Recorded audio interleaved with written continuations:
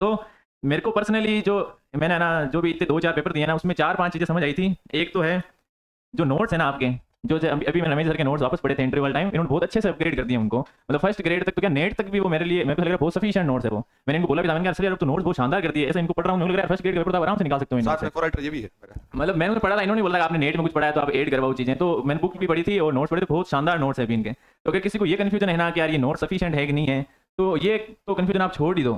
Main तो last तक ऐसा होना चाहिए, आपके सितंबर तक है जो भी आपका एग्जाम है, उसमें सिर्फ एक चीज़ होनी चाहिए कि रमेश जी वाले जो नोट्स है आपने 20-30 बार पढ़ दिए।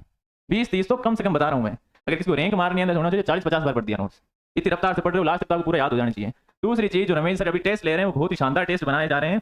मैंने 1-2 पेपर देखे थे उनके, तो आप जो टेस्ट के पेपर देते हो ना, उनमें आप कोशिश करना कि बहुत बार ऐसा होगा भाई ठीक है जो भी 100 सवाल आए, 60 बहुत ईजी थे आपको आ रहे थे, 20 में थोड़ा आप गलत कर दिए, 20 बहुत बार के सवाल थे। तो या तो उन 20 बार वालों को, या जो आप गलत हो इनको या तो लिख लो, या जो भी सारे पेपर है ना उनको एक साथ रखना आप।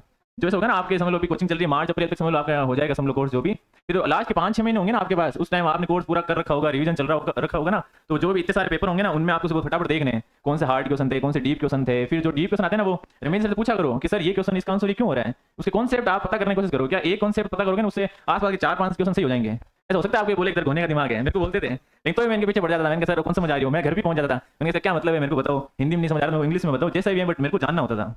तो सबसे इंपॉर्टेंट है इनके नोट्स एकदम सफिशिएंट है, और जो पेपर है उनको संभाल के रखना आप लोग लास्ट तक। वो